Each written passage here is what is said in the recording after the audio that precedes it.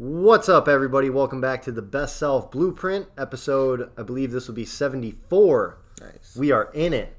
So, as anyone who tunes in regularly knows, the mission of this podcast is to bring on people with the knowledge, insights, and or experiences that will hopefully help you move that dial towards becoming the best version of yourself, whatever that means to you. So, I'm going to give the whole YouTube spiel. If you like this video, that's why there's a like button. If you aren't subscribed, that's why there's a subscribe button. And then if anything we talk about resonates with somebody in your life who you think this could add value to, that's why there's a share button. So do all of that. But we'll get into it. In the words of the man sitting next to me, let's party. My boy Tajh is with me today. What's up, dude? How's it going? Great. So I want to get right into something that we were talking about right before we hopped on, which is the quote, progress versus perfection. Okay. Because this is something... I up until 3 minutes ago was in the camp of team progress because of my interpretation of the word perfectionist, which we were just talking about. But just talk on that, like talk on your kind of mindset, because I do think what you were talking about is something that people need to hear of, like it's okay to shoot for perfection. For sure. And it definitely is. I think it's okay to shoot for whatever you decide you want to shoot for. But I also think that it's not the worst thing in the world to try to make something to be as perfect as you can make it. I think the issue is some people kind of find themselves to be, they believe that they're in that perfectionist camp, but it's like, okay, what efforts have you put forth to consider yourself to be a perfectionist? If it's like you've sat on this idea for like 6 years and nothing's come from it, then it's like you're not a perfectionist, you're just a procrastinator. So I think it's important to think about, like if things weren't meant to be perfect, like some of the things that we have today would never be presented. Like I would never have this shirt. Like if the guy who made it was like, yeah, this isn't perfect enough, so like I'm not going to actually make this. Or like, the Jeep that I drive, if like the maker of the Jeep was just like, you know what, this design isn't as perfect as I'd like it to be, so I'm not going to actually put it out.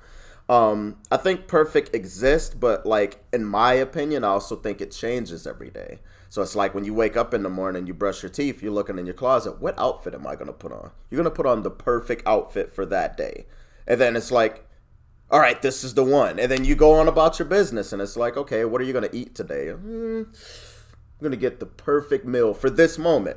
And like the next day, that meal might change. The next day, that outfit might change. Like, so it's like it's always like a target that like moves along the way. So it's like you think about the iPhone. It's like the first iPhone, if I remember correct, they said it came out, it didn't have a calculator on it, but it was perfect enough to put out. So it's like, this is awesome. And now we're all the way up to what, like iPhone 14? Oh, I have no idea. Yeah. It's a lot. Like they put out one or two like every 6 months or something like that. It's ridiculous. But that just goes to show me that it's like, okay, it's okay to strive for perfection.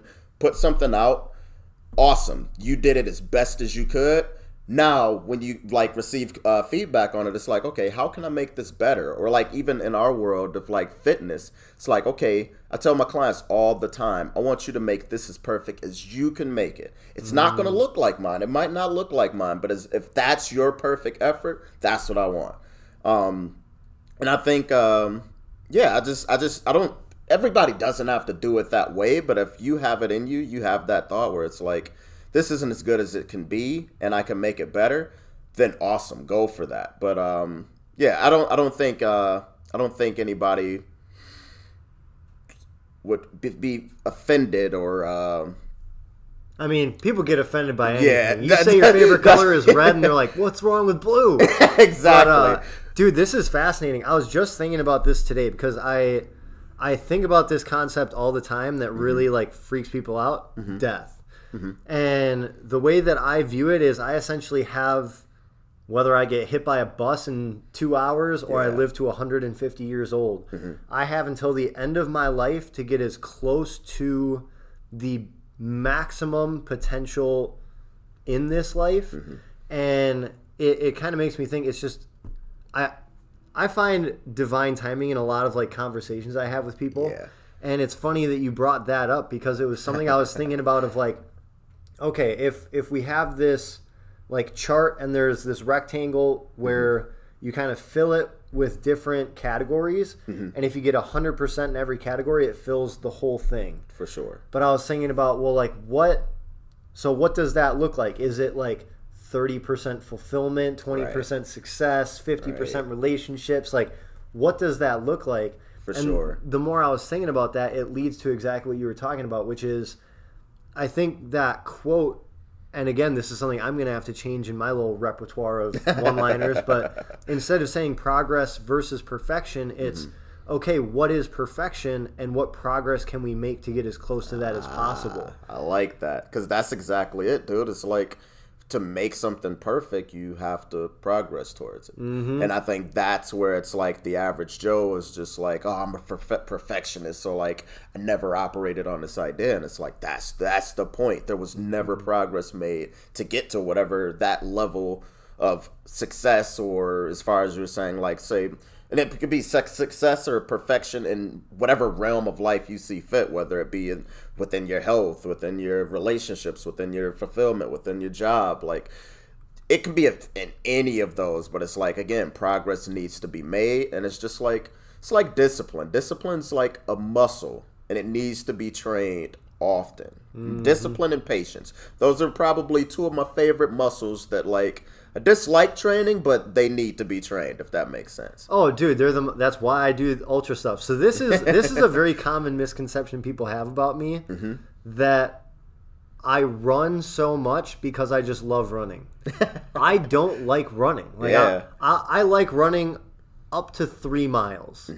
If you get over 3 miles, I'm only doing it in pursuit of a goal.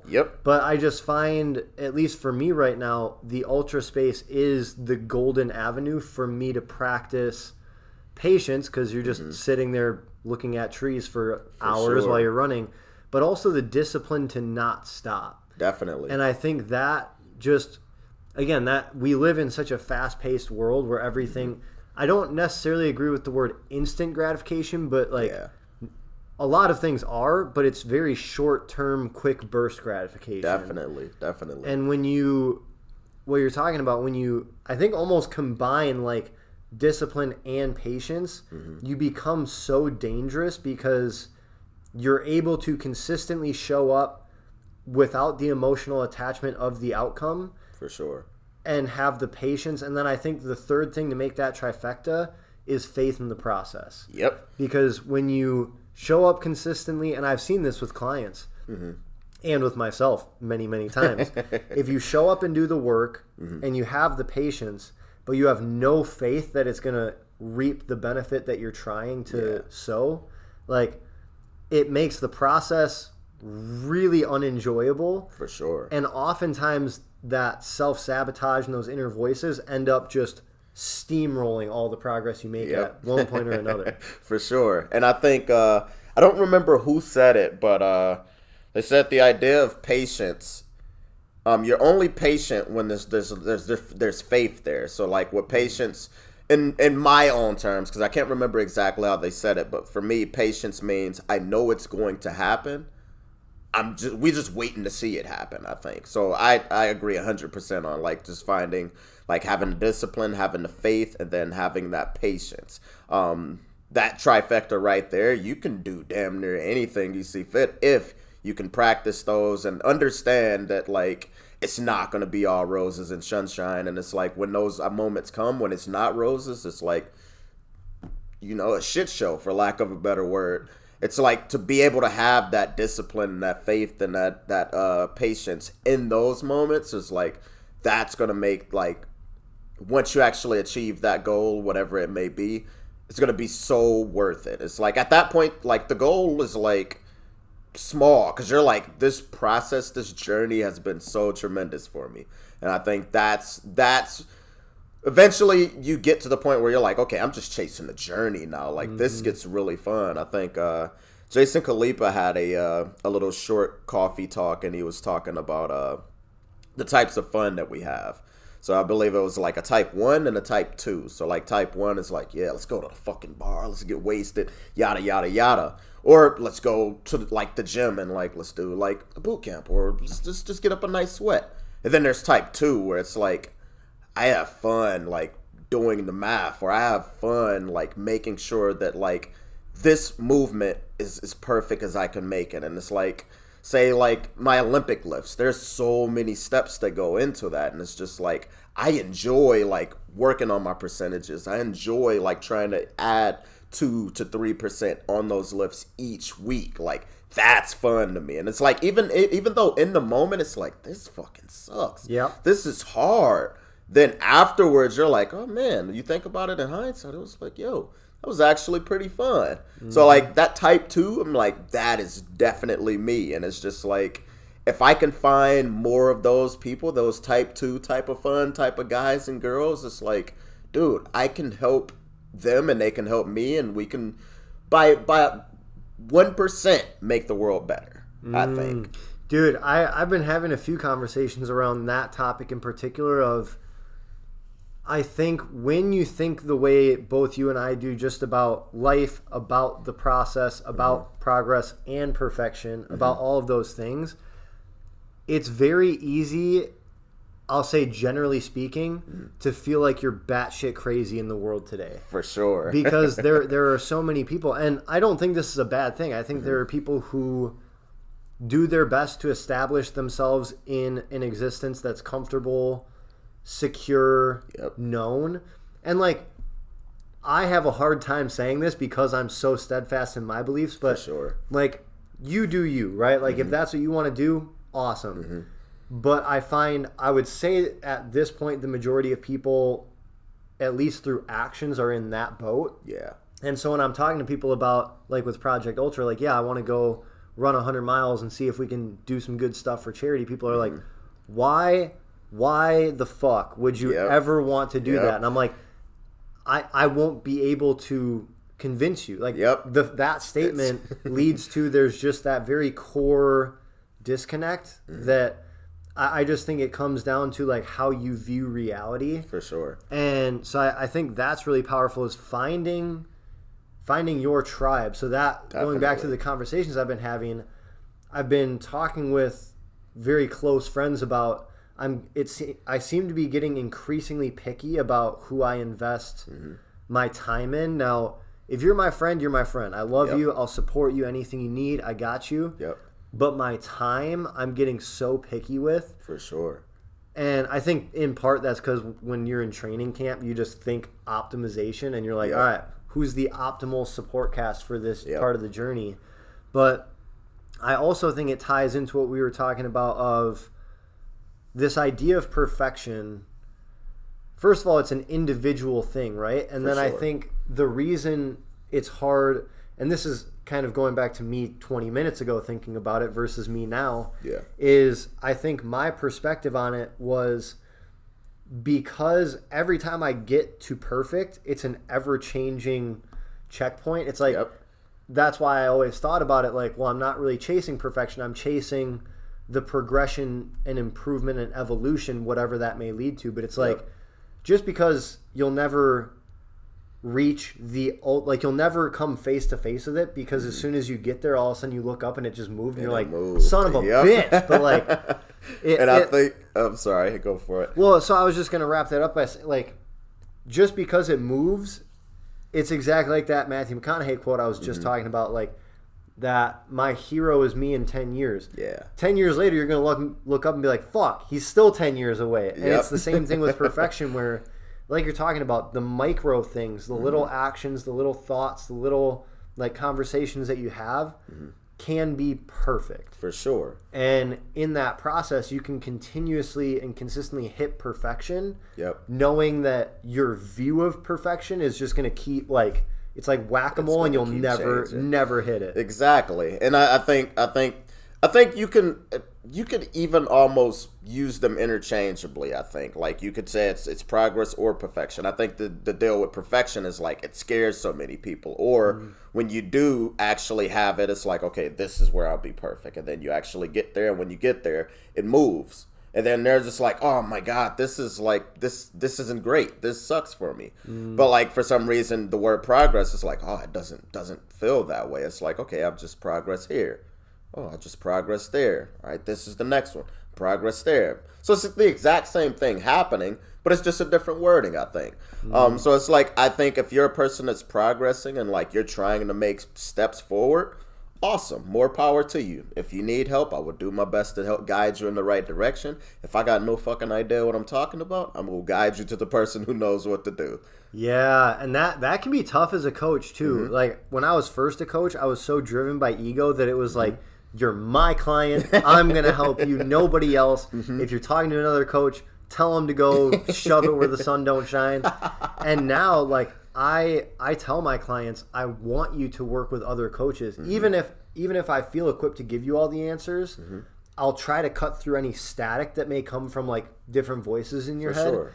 But as a coach, I think it's so important to expose the people who are coming to you to help them, to make sure that they're getting different perspectives, they're getting different training styles, they're getting in front of different personalities. And it's one of those things. It's like, if I say, hey, I want you to work with me once a week and Tajh once a week, and they really jive with you and they're like, I actually don't really enjoy working with you, I'm like, cool, you found what works. Like, I will never, I will say from now moving forward, I definitely had this perspective, I will never be under the impression that my personality, my training style, my biases, and like what works and what doesn't, it will never be for everybody. Exactly. And so if I can remove the ego and just focus on the intuitive knowing of like, the more immersed you can get in the experience that is education around this whole crazy thing called health and fitness, the more equipped you're going to be to go crush it. For sure. And I think even,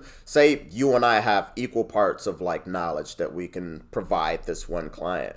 Like, we can guide them on the same exact path, do the exact same thing. But again, if they gel with you a lot better, it's going to be a lot more enjoyable for them. Because one of the things I ended up running into, obviously I've been doing this for a while, you'll run into clients who is just like, I kind of get drained, like, working with this person.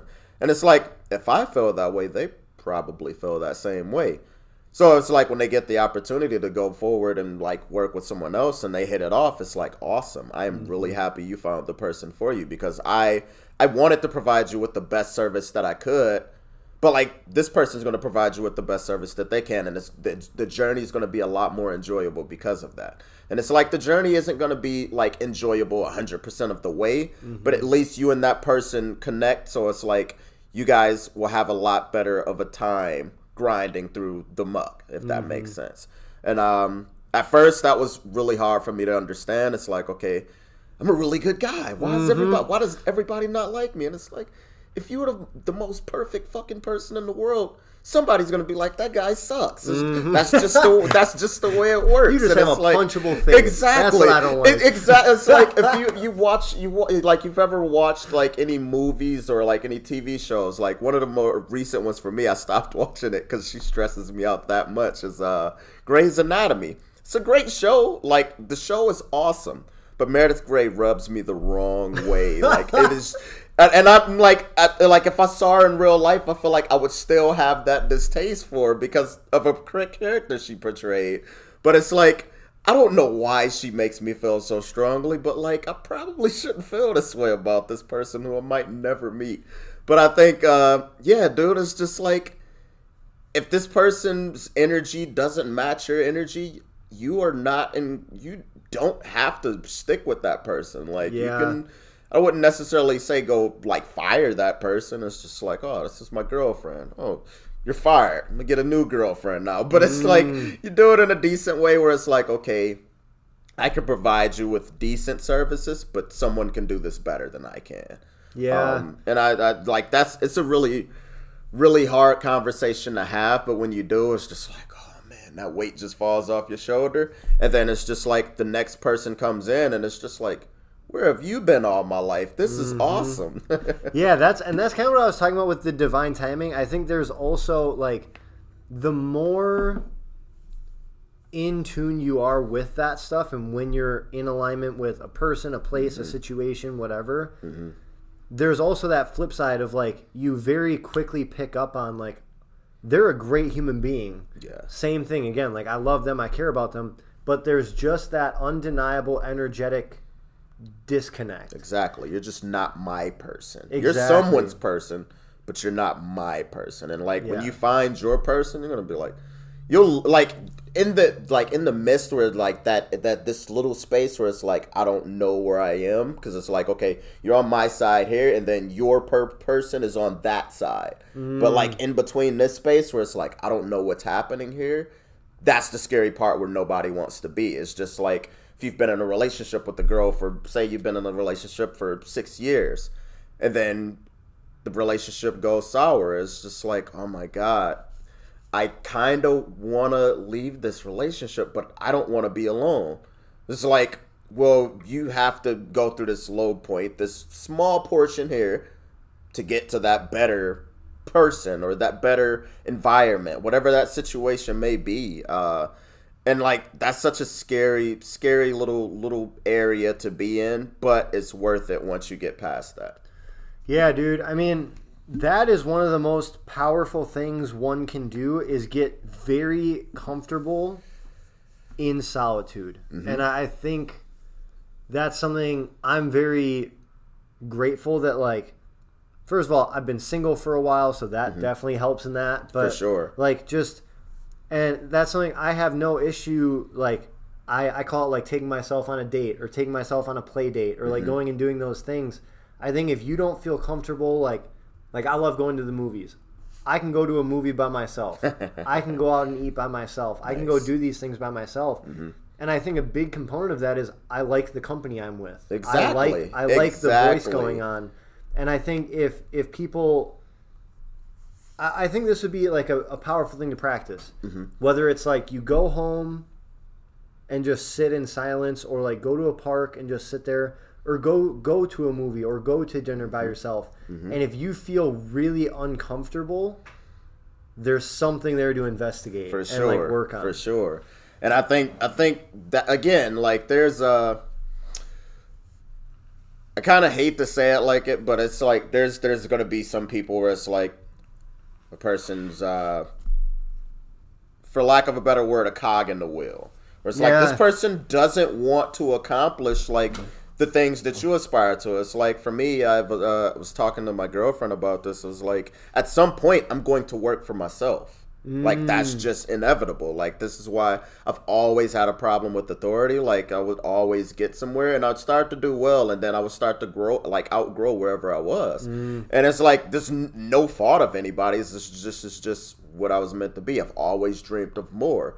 Where like there might be a fry cook at McDonald's who's like, why the fuck would I want to become an owner of McDonald's? I love cooking fries. And it's like, he made it. He or she, they've made it. And it's like, there's nothing wrong with that. But again, it's like we need people to have some of these jobs. So it's like you can do these bigger things.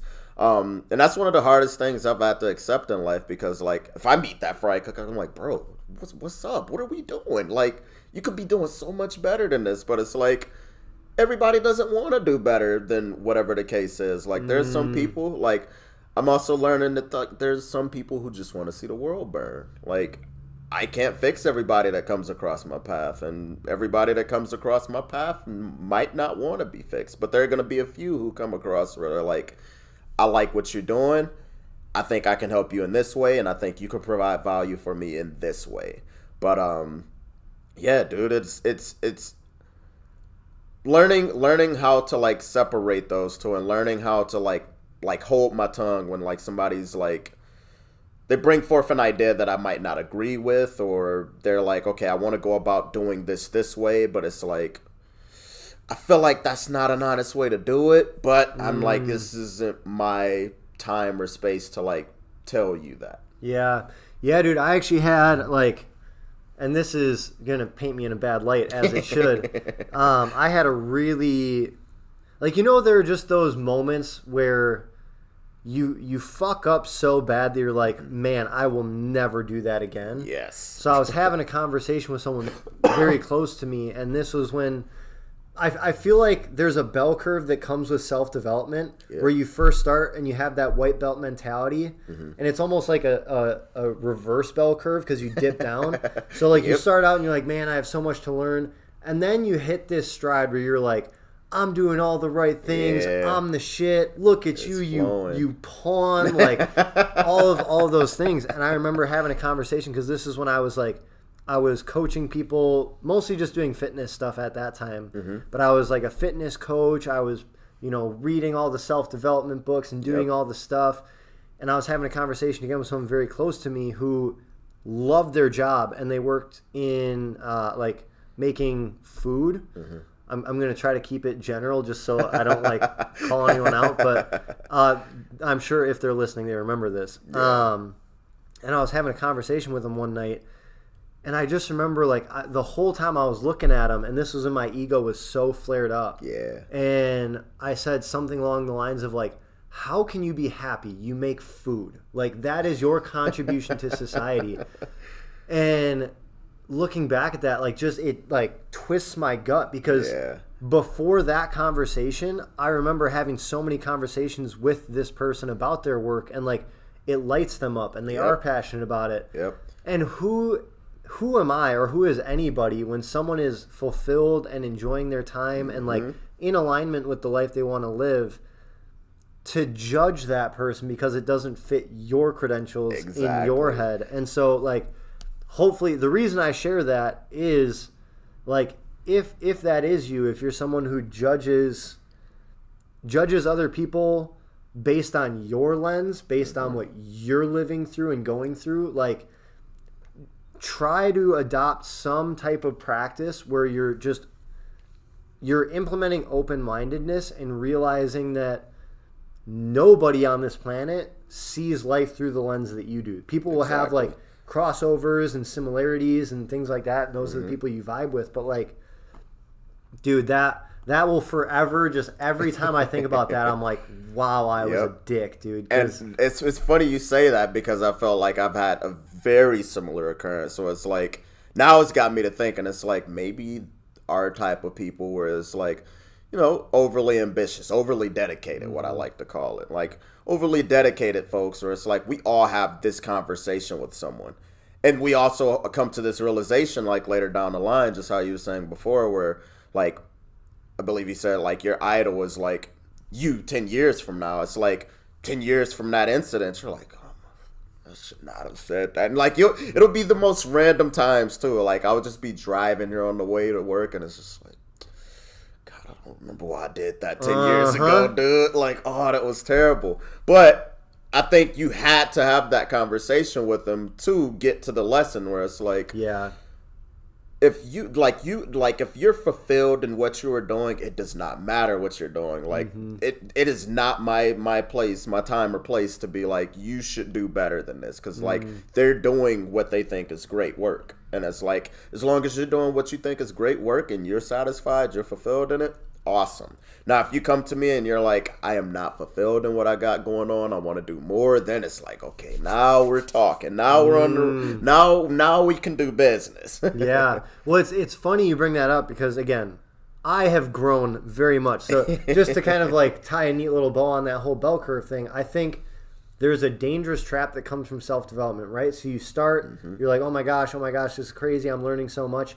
And then you hit that dangerous level of superiority complex where like, the intentionality and the work you're putting in to level up. And then you see other people and you rarely ever see the work anyone puts in, the life that they're living. And so it's so easy to look at someone and be like, yo, level up, dude. Like, what are you doing? And it is so dangerous. And it's a trap I fell into for a good year to 2 years of my life where I was like challenging friends head on and like questioning why they're doing what they're doing and being like, you need to do this. And like, this is where you're not doing well. And I think eventually if you continue to learn, continue to take the lessons and grow, you hit that point of like, everyone's doing the best they can with the situation they're in, the supporting cast they have, and the life lessons they've learned. For sure. And to kind of like wrap up this whole statement is that's the message I want to portray to anyone who's listening. By the way, thank you. Appreciate it. Is like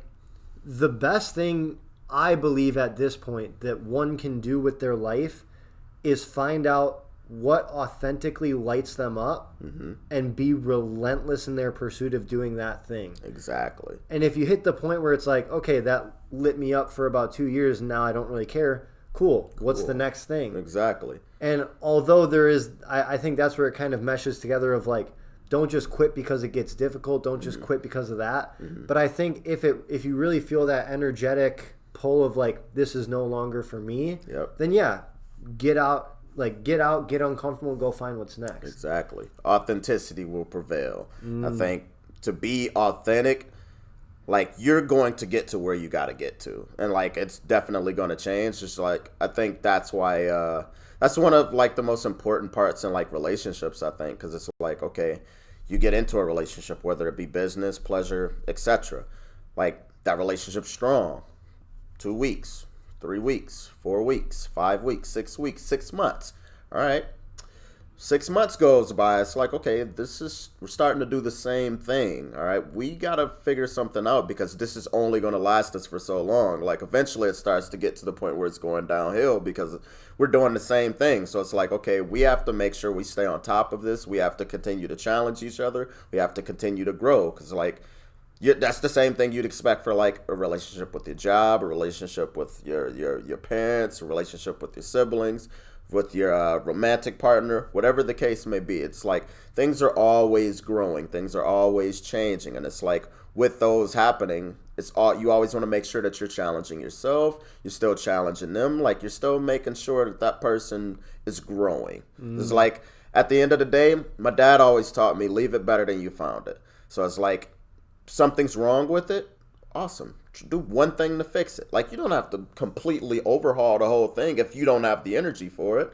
One of the things I always thought as well is, like, the shift starts with me. So it's like, I try not to point fingers at anybody anymore. Like, if you're this person and I disapprove of it, I won't tell you I disapprove of it, but I'll still treat you with respect.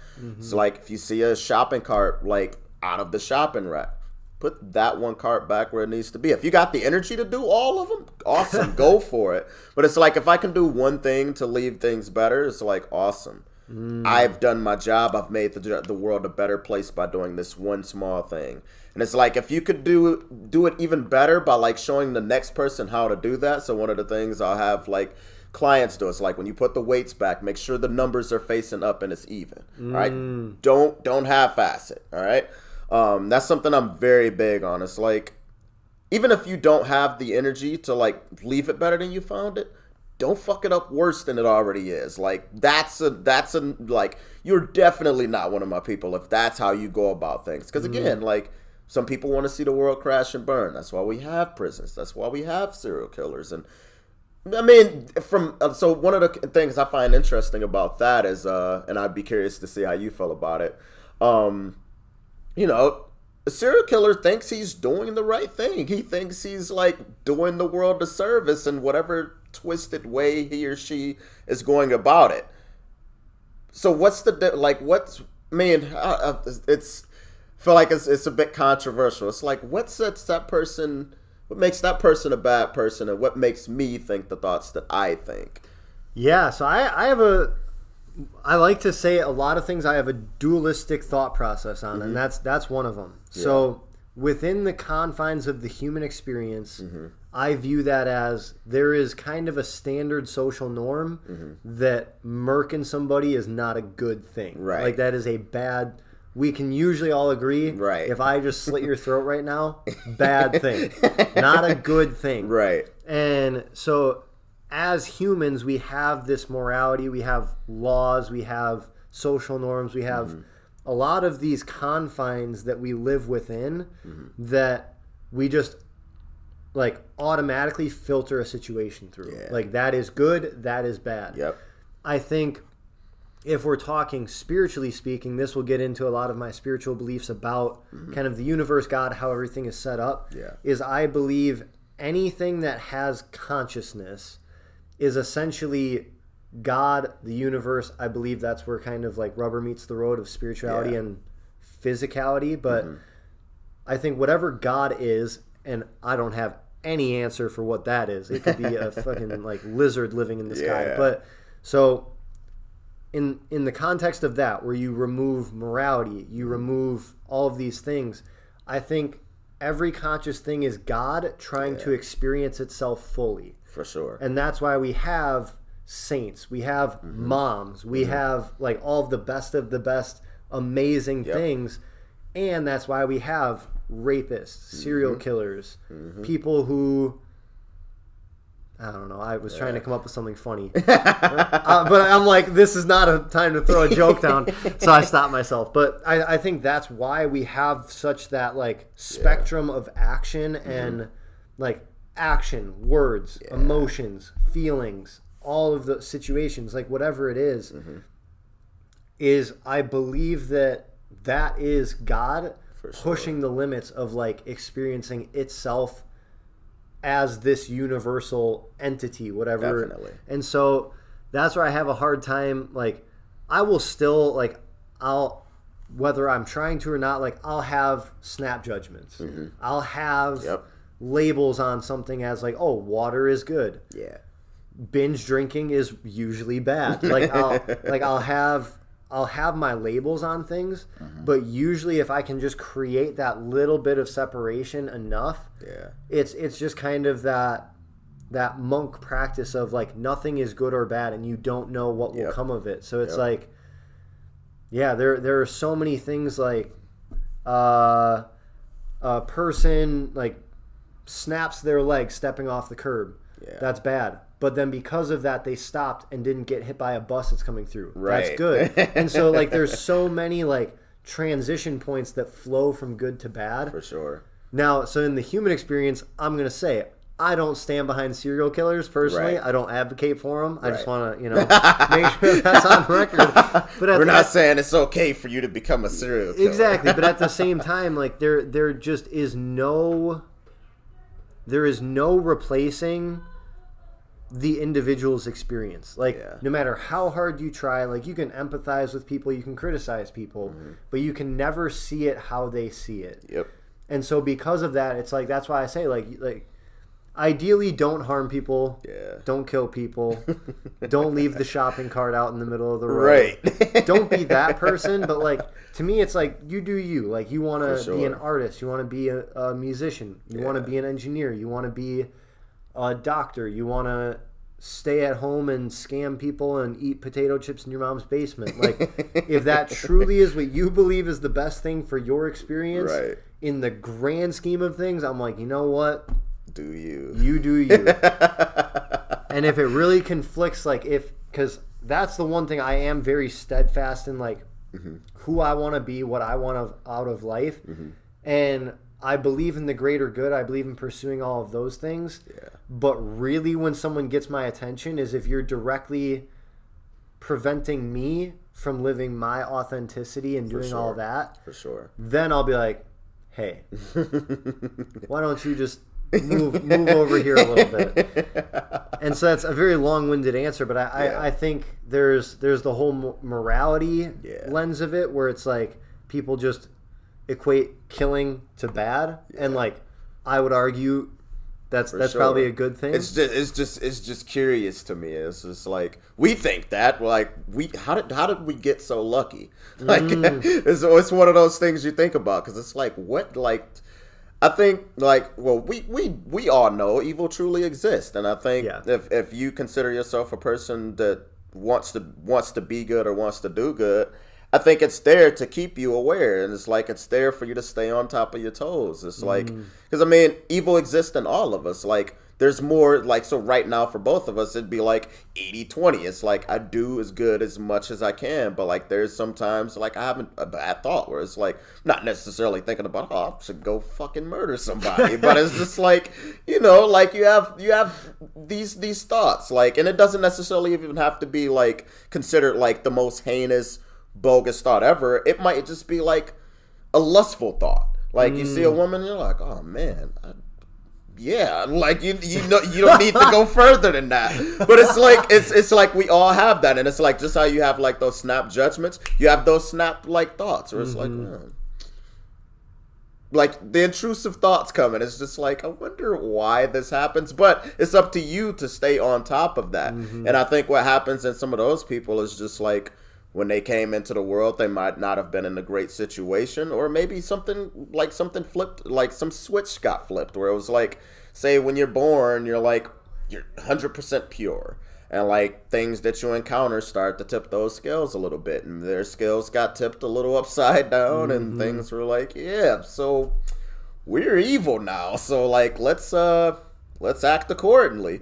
But it's so weird to me too, because it's like you think about like how some of those guys, like, they were really good at what they did. It's just like there's even perfection in evil, like, or there's even progress in this, or it's just like I just find it so funny to think about. Now it's like actually cool that I get to speak about it with someone else versus like having these one-ended conversations with myself. I'm sitting at home in my room and it's just like, wonder, why did Jeffrey Dahmer do what he did? Like, how did he come about this idea? Or like you'll see it in movies and stuff, and it's just like, how did he manage to get this good at this thing here? It's just like, that's so wild to me. I mean, here's something that I'll say oftentimes is like, I'll see something like that, and I will turn to the person sitting next to me. I'll be like, that's impressive. Exactly. And the look on their face when I don't elaborate is like, what the fuck is wrong with you? It's like, and I'll follow up with like, bathroom. I'm like, I'm not saying that like I appreciate what they did, but you gotta admire the capacity in which they were able to do it. Right. And it reminds me of like in Harry Potter, I don't remember which movie, but the guy who sells the wands.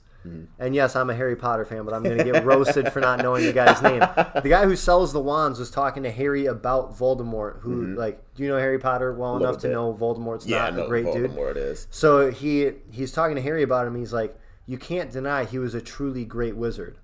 Horrible, or like he did truly great things. Horrible, yes, but great. But great. And I think that's where you have to have that ability to like compartmentalize the pieces of seeing an experience. And so like that's something I think, like you talked about, I think in part, it's a skill, but I'm also just very blessed and very grateful to like see the world through the lens that I do. I think I have a very positive, very beneficial outlook on life. And I feel like I've had that my whole life. And that's something that I've always had the ability to do, is look at something that part of it I could be like, that's disgusting, never do that. And then part of me is like, hats off, dude. Like that. There's some things to be learned. Some takeaways. It's like I learned that I should not do this, and then it's like you watch like something else, and you're like, I learned that pigs will eat anything. So if I need somebody to disappear, I got a friend with a farm.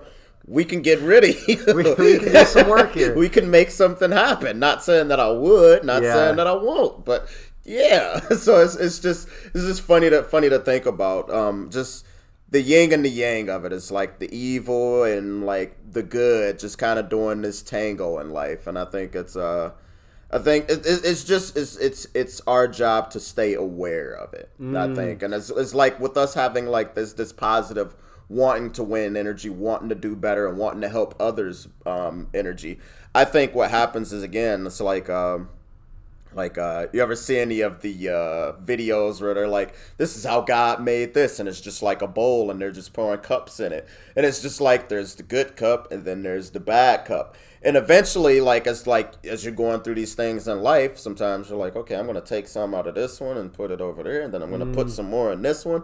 And I think, like, as people, like everybody I want to be involved with, I'm trying to put more good into their cup. So it's like, I think we're at a percentage now. So you're at 75% now. And then again, like as you're interacting and meeting new people, becoming more of who you want to become, like that level starts to increase. And I think the higher it becomes, the more you can like start to adjust and like start to add to like the next person's cup or the next person's bowl. So I think like it's important to find your tribe, to find the people that you resonate with, and sometimes it's easier said than done. Like if you're like a person like myself, I felt like I think I ended up writing like a Facebook post about it, where it's like you said before, where there's been times where like you question your sanity dealing with like everybody else who doesn't see your vision. And I feel the exact same way. It's like sometimes the desire to fit in like trumps the desire to like stand out and elevate. So it's like it's always one of those things where it's like when you do have those quiet moments, you get to sit down and think about it. It's like, yo, is this really what I want to do? Because it's not going well, and everybody's questioning whatever it is you're trying to do, and it's got me even questioning myself. So it's like in those moments, it's like you really got to get there and be honest with yourself. And I think in the moment, it seems like such a big ordeal, but I think when you get to that last day, you get to your deathbed, like honesty with self is like a very small sacrifice, but it's very necessary and very mandatory if you want to get to that last day. I envision myself dying of old age and just satisfaction. Like I'm gonna just be sitting on a porch, just on my rocking chair with like a cup of iced tea, and I'm just like, you know what, I did it. I crushed it, and then I'm gonna just like fall asleep and die in my sleep. I don't know why that's the way I envision myself dying, but I'm like, that's a great way to go out. Like I'm satisfied with my life. I've done very, very great things in many avenues of my life. I did A-okay, but it's like to get to that point, it all starts with today being brutally honest with yourself. And it's like, if I can't be honest with myself, I'm not honest with anybody. And it's just like, it's a hard thing to like kind of balance, because you're not always going to be honest with yourself. Sometimes you're going to be like, yeah, I think I'm pretty good at that. I think I'll do it, or I think I'll be A-okay. It's like, say tonight, you're like on your last gallon of gas, and you drive past the gas station, and you're like, I should get gas so I don't have to do it first thing in the morning because I might run late. No, I'll be fine. I'll do it first thing in the morning, and then you wake up in the morning. Shit, I'm 20 minutes late. I gotta get gas, and then like you go doing all of that stuff, and then traffic's slow, so it's like, oh my god, and then you just go all into this downward spiral, and then it's just like, man, I had a shitty day. It's like, no, you're the reason the day did not go the way it was supposed to, dude. Then this all kind of pieces together, right? Like you're talking about, and dude, when I say on a daily basis, I think about, and I don't know, maybe this is unhealthy. If you're a therapist, hit me up. But like on a daily basis, I think of death at one point or another, just to really like put into perspective, like it could happen today. It could happen 100 years from now. Like, but whenever it does, how did I live my life? And I think thinking about the rocking chair, the lemonade, or whatever your beverage of choice is, like just sitting there at the end of your life, hopefully a long, long time from now, as we kind of stitch together what we've talked about, like, did you focus on progressing consistently and relentlessly? Did you align yourself with the people who will support you, who you can support and synergize and kind of rise together? Did you take responsibility even when, again, like if a lustful thought pops up, or you have a knee-jerk reaction or judgment, or kind of like a response to something that you didn't like, even if you know you faltered, did you take responsibility to then adopt the level of awareness you need, adopt the level of consistency, patience, faith, all of those things, to make sure that, as I brought up at the beginning, that rectangle that fills up with maximum potential, did you at least, because I don't believe it's possible, or I think it's one in a, whatever the closest number to infinity is. I think it's like you won't hit 100%, but like, can you get to 95, 97, 99? And I think there's just this feeling, and I'm sure everyone who's listening, and I'm sure you have felt this, I think at the end of your life, it's going to feel like a very extreme version of when you get to the end of your day, you know how that day went. And if it went really well, you hit the pillow and you're just like, I'm great. This is amazing. And if it didn't go great, you sit there and you're like, God, son of a... Sometimes it can go so bad, like you'll wake up at like 2 a.m. and you're just like, I can't sleep. I don't know why I can't sleep. And like eventually you come across those thoughts where it's like, okay, I did not put my best foot forward. Yeah. Like, and I haven't been. I think that's when it wakes you up in the middle of the night. It's like you could do it one day, like just not put your best foot forward one day. All right, 2 days. A week goes by, 2 weeks go by. You'll wake up at 2 or 3 a.m. and kick your own ass. Where it's like, I have not been on my game. But I love that idea. Like, I think that like ties in with like the brutal honesty portion, where it's like, okay, like my dad always taught me when I was younger, like potential is just shit you ain't did yet. So it's like, and being able to reach the max, it's like, don't even worry about maxing it out. Worry about just doing the next thing that like comes forth. Because one of the things like you'll encounter, like as we work with clients, they'll be like, I've tried everything and nothing works. And like anytime I hear that, I automatically think, you've tried many of things and been very inconsistent on all of them. It's like, what if we do this 5 days a week for a month? Let's just see how that works. And then if it doesn't change, awesome. We can check that off the list. But so far, I've met very few people who are willing to do that. So it's like that lets me know that you're not honest with yourself. And maybe you will be, maybe you won't be. But at this moment, you're not ready for it. So it's like whenever you do get ready, if it should ever happen, my door is always open. Come talk to me. Yeah. But yeah, dude, like I love that. I don't think I've ever like no one's ever recited these ideas back to me. So like now that I hear you say it, it's just like, I think I can be more honest with myself. Like, I think I can do better than what I've already been doing. And it's not like I've been putting forth a shitty effort, but it's like I can 1% this. I can do 1% better now because, you know, we love to hear those words of affirmation. And it's just like, I have a thought, but I need to make sure somebody else has this thought before I start to act on it, which is another curious thing. It's like, why are we that way? Yeah.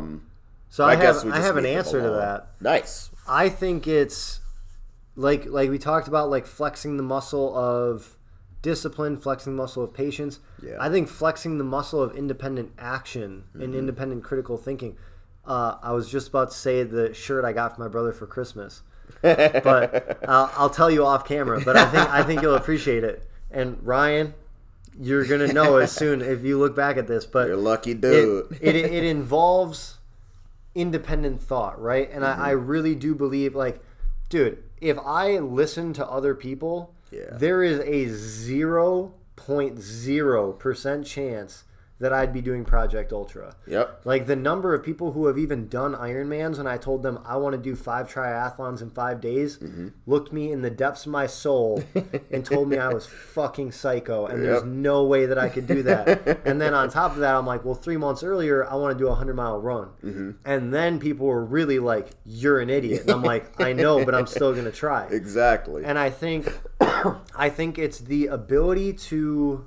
And I think that goes along with, like, the company that is yourself, right? Like, when you can get comfortable essentially being your own soundboard instead of your own critic all the time, it opens up that line of communication between you and you to really just be steadfast in who you are, the ideas that you have, in a way that still allows you to be open-minded and grow into, like... I was very confident in progress over perfection until an hour ago. And I've said that to hundreds, if not thousands of people. And it's just one of those things. It's be confident in who you are. Be confident in what you believe in, the goals that you have and all of that stuff. But you're not a genius. Right. Like, and even if you are a genius, there's way more that you don't know than that you do know. The man that knows something knows he knows nothing at all. Yeah, dude. And that, like, so I think that's so imperative is, I know so many people, again, myself included. When I say I know so many people, I'm almost always talking about myself, too. always talking from personal experience. And there's just so many people who, like, I've heard say, like, brilliant ideas and things that they really want to do or things that they truly believe, and then someone contradicts it and they just, like, tuck their tail between their legs and cower back away, and it's like, no.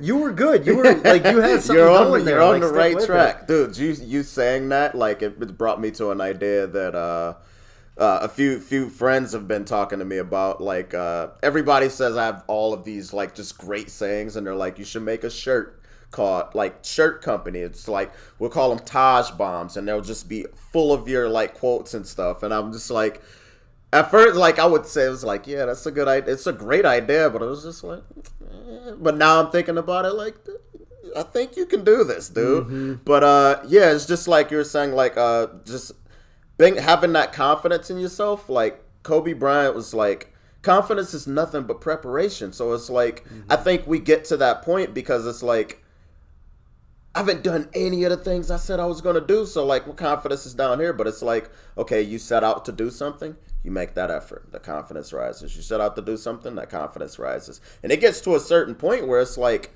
hey, I got this idea, I'm going to go get this done. And you're like, all right. And everybody around you knows, it's like, there's no fucking stopping him or her. So it's like, I think once you get to that point, like if you actually have the realization, because like I realized that, but like the next person might not realize that within themselves. They're like, okay, we have this idea, but I want to make sure he has the same idea. So it's like, once you can actually realize that, where it's like, okay, I am that type of person. Why am I that way? And then you get to sit down and have that conversation with yourself. Like, I have not been doing the things that I said I was going to do. I cannot trust myself. So it's like, that's a scary place to be in, but it's also a really awesome place to be at. Because I think that's what happens. Everybody that walks through our gym door is at that place. Now that I think about it, ourselves included. Like, we're a lot higher, but we're still at some point where it's like, there's some things that I said I was going to do, but I have not done. Or I've done, but I did not do to the best of my ability. Because we all have that too.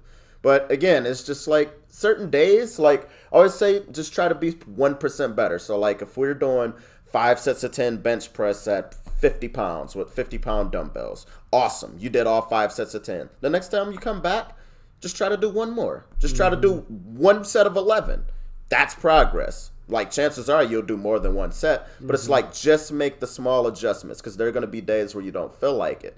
So like the days where I do feel like doing extra, I go above and beyond. That way the day comes where I don't feel like doing anything, I can kick my feet up because I've created that buffer for myself. Dude, so there's 2 things that I want to break down, and then we'll start to wrap up because we're coming up on an hour. But nice. So the first thing that I want to touch on is, again, most of my thoughts nowadays are Project Ultra based, so I'm just going to keep going off that. But I like what you said about, like, once you state it with conviction, people all of a sudden go from telling you you're crazy to like, oh shit, yeah, like he's going to do it. And I had, dude, that exact thing. I when I was in the conceptual part of Project Ultra where I was like, I want to do this. Yeah. I think I'm going to try doing this. People were like, don't do it. You're dumb. And then I made it official. I started like developing the training program, talking to different coaches, talking to like the people at the charities. And I actually started like going in. And now it's funny. I actually have to stop people because people are like, oh, that's super impressive. I'm like, well, I haven't done it yet. But thank you. And so it's just insane how when you go from talking about, hey, I might try this thing, it's like the crabs in a bucket where like you're trying to climb up and someone just grabs you at the emotional ankle and drops you down. But once you say, you don't say like, I'm thinking about doing this. It's like, oh, I'm already in the process of going after it. So many people shift from there's no way to like, oh my God, like let me know. I wanna like be a part of it or blah blah blah. And I'm not dissing those people by any means. I'm super amped that we're at the point where I think I already got like 30 to 40 people verbally commit and like 15 people who have actually signed up officially. Yeah. But I think it's important if you have the idea to lead, take action and lead because like that's something a lot of the most inspiring people I've sat down and talked with will blatantly say, I don't view myself as inspirational. But it's like, it's because you're a human being. But the things you do, the actions you take, the goals you pursue are inspirational. And so I hope that kind of like amps someone up to, even if it's as small as like, I'm going to walk a mile a day for a week and you get like a walking club of people who want to be healthy. Lead the pack. Do something to set the standard. For sure. And it doesn't matter if it's running 100 miles or if it's walking for 10 minutes.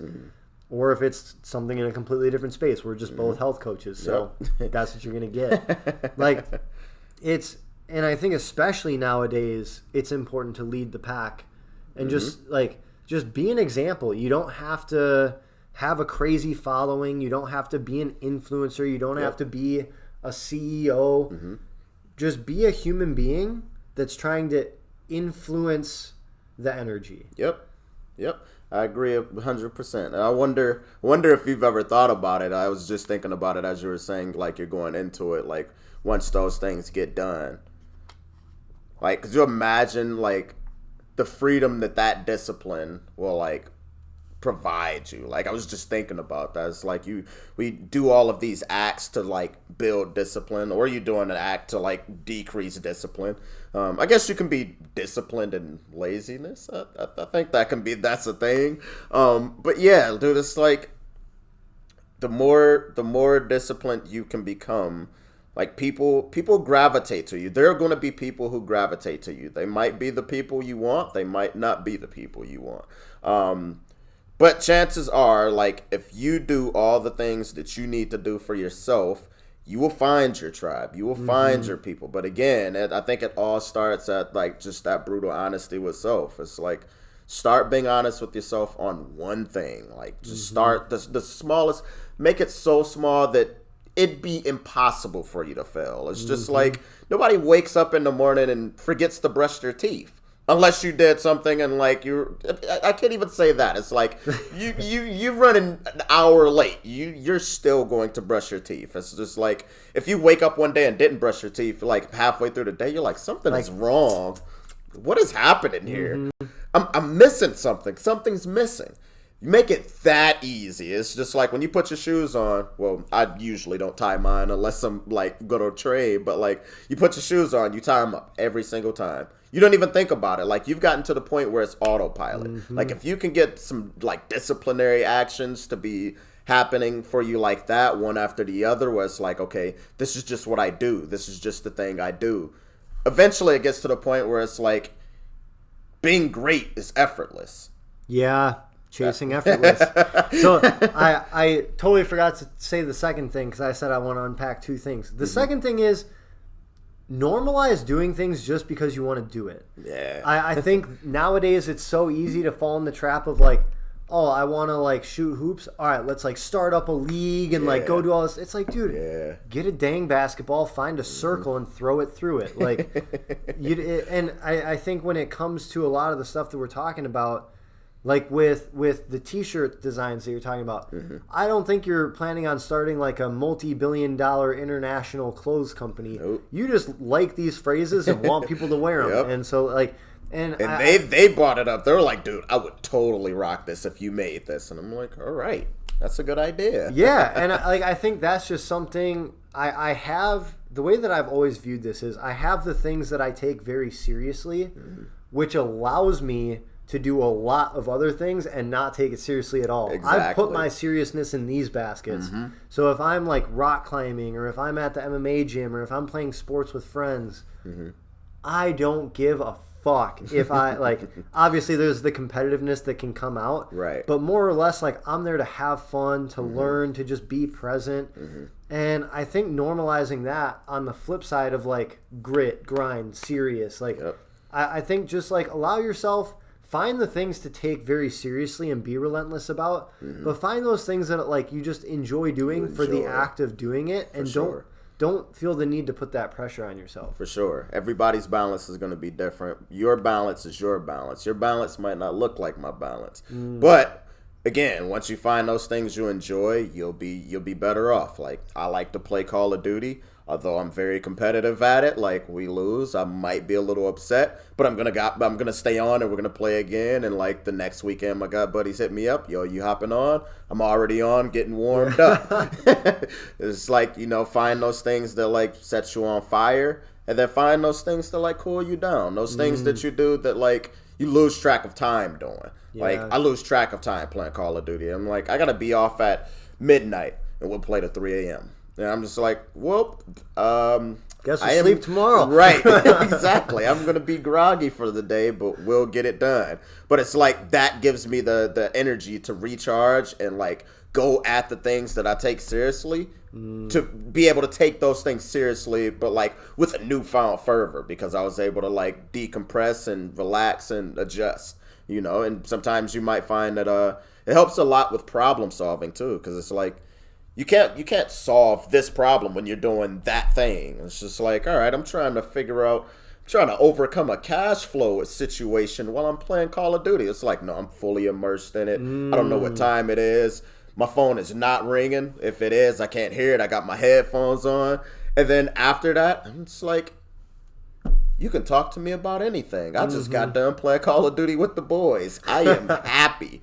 Whatever you want to do. You want to watch a movie? You want to watch a Christmas movie? I do not want to watch a Christmas movie, but let's do that. Let's do it. Yeah, dude. There was so much good stuff in here. Like, this is definitely one, if you subscribe, or heck, if you don't, then subscribe. But regardless, I think this is like, there are books that I'll go back and read every year or every couple of years. I think this was one of those podcasts that will be important to not just listen to once, but listen to the concepts, go out, implement on them, test them out, and then come back and listen again after you've actually experienced some of these things with that like immersed level of awareness around it. Sure. But there's a question that that's a beautiful idea. I love that idea. Like, dude, so many good books that are that same way, where it's like, read the book, go do it. Like How to Win Friends and Influence People, The Success Intersection, The Four Agreements. There are so many good books that like you read it, you go do it, and then a couple years later, if you feel like you've kind of stopped doing that thing, read it again just to have that reminder. There's a book I suggest for you, all of you guys, and for you as well. I actually have. I've have to double check, but I'm pretty sure it's still on my bookcase. Psycho-Cybernetics, like with that idea that you just said, where it's like, listen to it, find an idea, pause it right there, and then go act on that. So like the book Psycho-Cybernetics works like that. It's like, okay, you read up until this page, and this page has exercises for you. It's like, do these exercises. And like one of the things that happens is like, I've read many self-help books. Guess how many exercises I've done from them self-help books? Maybe one, maybe two. This is like, but like now that we actually have it in mind, and now I'm like, okay, that was how many years ago now? I'm a different version of myself. So now it's like, okay, take those books, take whatever game you get from this, whatever knowledge you obtain, and just start implementing. Like, what can I implement today, right now, that's going to take zero effort? Yeah. And then you go from there. So, yeah, check out Psycho-Cybernetics. I forget, I think it's by Maxwell Maltz, I think. Something tells me you type in Psycho-Cybernetics. Yeah. Not many other things are popping up. It's a brilliant book, dude. It just dives into the mind, how the mind works, and how to make the mind work for you. Yeah. It's a really awesome book. I'll have to bring it in. Actually, I will be back later today. If I find it, I'll bring it in for you. I will absolutely take you up on that. So we'll start to round it out here, but there's a question I've been asking people that I just ask because I'm so curious. And I think there is very powerful insight in everyone's answer to this. So let's say this Walmart Blue Snowball microphone was hooked up to an earpiece that every individual on the planet was wearing. If we need to, limit it to like in the country, because obviously there's like third world countries and stuff. But let's just assume everyone on the planet, for some reason, everyone just learned English in the last couple minutes. Everyone will hear your message. What's a message that you feel just the world needs to hear right now, whether on a macro scale as it pertains to the individual? What's something that you just feel needs to be heard? I'll pick one. I think I've already said it before, but be honest with yourself. Like, again, like if you can be honest with yourself from the smallest situation, it only grows from there. And like, if you're honest with yourself, like, you always do the things that you consider to be right. If you always do the things you consider to be right, you'll always be viewed as a good person by the people you obviously want to be viewed as a good person by. If you're always honest with yourself, you're always going to be in a position that you want to be in. Like, yeah, like maybe you're in a relationship that you feel isn't fulfilling. You can be honest enough with yourself to be like, okay, I'm going to fix this, or I'm going to let this person know that we have to part ways. But I think it all starts with you being honest with yourself, being honest in your actions, being honest in your beliefs, being honest in all of those things. I think if I could say that to everyone in the world, I think that's the one thing that's in my head. That's the one thing that's on my heart today, is just being honest with myself.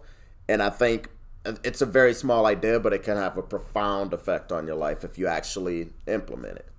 True that. And then last question. What right now for you is the next step in you becoming or continuing to be your best self? The next step, huh? I'm playing around with the hoodie idea. The Tajh bomb thing, I really love that. So I actually, if I gotta figure out to find a person who can actually like make these shirts a thing. That'd be a really, I mean, I feel like that's the next step, because I'm afraid of it. I'm like, I don't know if people will actually do this. Like that in the moments they were like, hell yeah, we're all for it. But it's like, are you really? And then it's just like even now, like with the hoodie thing, it's just like I'm expecting, like I'm just like, dude, you probably shouldn't do this. Oh, you should do this. Oh no, you shouldn't do. All right, fuck it, pull the trigger. And like now it's just like, when life sees you like acting on what it is that you want, people think life's just gonna be like open its doors to you, and it's like, nope, you're gonna get your shit kicked in. There's that phases first day, for sure. Life's gonna be like, oh, you want this, huh? Let's see how bad you want it. And then you get hit with a few left rights and an uppercut, and you're like, oh man, I don't know if I actually want this anymore. But like, yeah, that's it. That's the most immediate thing I can think of that scares me. Yeah, dude.